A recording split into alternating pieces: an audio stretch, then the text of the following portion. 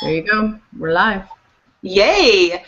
So, Wendy, you were just talking about, you said you had a conversation with somebody yesterday about being somewhat of a victim energy as when you become a single parent. Mm-hmm. And do you want to share more about that? Because I actually am really excited to hear what you have been thinking about, Aw, thanks. come up with. Well, it was, all of these things are life events, and so I was thinking about, I was feeling stressed and overwhelmed at trying to get Cora to lacrosse and all of the things that I had going on with work, and I realized it's all a mindset. So why was I feeling so stressed and resentment about with the joke of putting the black and yellow checkered marks on my car for a taxi cab and the whole thing, and thinking how many parents go through this. And then there was an issue with another parent where they were kind of like, well, just take both my kids, and I mean it was all this stuff. And I was telling Kurt about how people, unless you've been a single parent, you really don't understand all of the pieces that go into being a single parent. And then I started realizing that I have a bit of victim mentality around it, and I've also allowed it, this is going to sound bad, but to serve me in some way. And as I was talking to Kurt about it last night, he said, well, Wendy, look, you have accomplished a lot by being a single parent, not because you chose to, but because you had to, because you were in that position. And so there's a part where you should be proud of yourself for everything that you've accomplished as a single parent. You have the house that you have the support that you have, the friends you have, and you've done that through the majority of supporting yourself. Yes, my ex-husband does give child support, but so then I started talking to Beth about that, who I do coaching with. Okay, I have to stop you though. Only because when you just said, when you were talking and you said, acknowledge that when you said this is going to sound bad, and what did you say after you said this is going to sound bad? Do you remember? Being a victim as a single mom has That it served you, yeah. I swear when you just said that,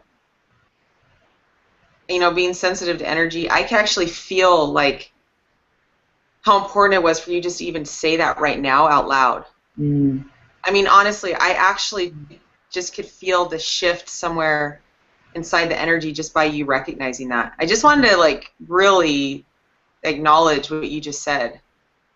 Well, Because I don't think many people really will own what you just said in a lot of different, situations going through in life we're going through. We create ideologies for ourselves and don't even realize it. And that's what I think I was realizing is that that I was comfortable in it. I was comfortable in the victimization I was putting myself in of being a single mom. Gosh, I love what you're saying about comfortable, so what I'm hearing you even say is that comfort, when you're in a comfortable position, it actually does serve you. So whatever you're comfortable in, it's serving you in whatever way. Right. That's really interesting. Yeah. Huh. And yet at the same time, and this is how things, you get lulled into that, because at the same time, like what Kurt was saying, there is a good part in me that has embraced and learned so much about being a single mom. So where this all came to culmination is yesterday, Beth said, you always have a choice. So what choice could you have done with the divorce? And I said, I did not choose my divorce.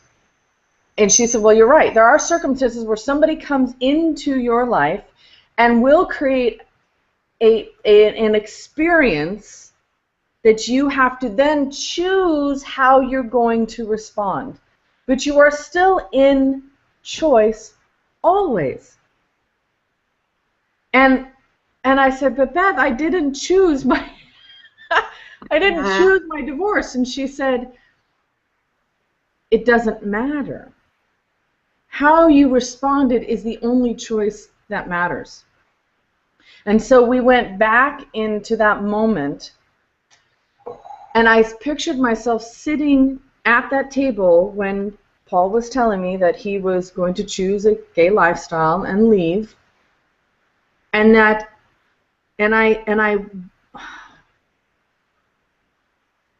had this overwhelming love for him to want to set him free from my own, because my choice is to be what did I say to Beth yesterday? A bitter bitch, or to be an empowered woman.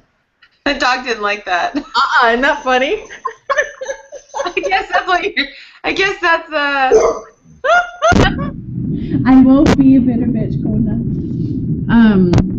I just had some background noise. Oh, okay, there it goes. There's some background wind noise that just came in. I think it does that when there's a large. This is the wonderful thing about doing these things from home. Do you have your hand on a microphone or something? Sorry, there's like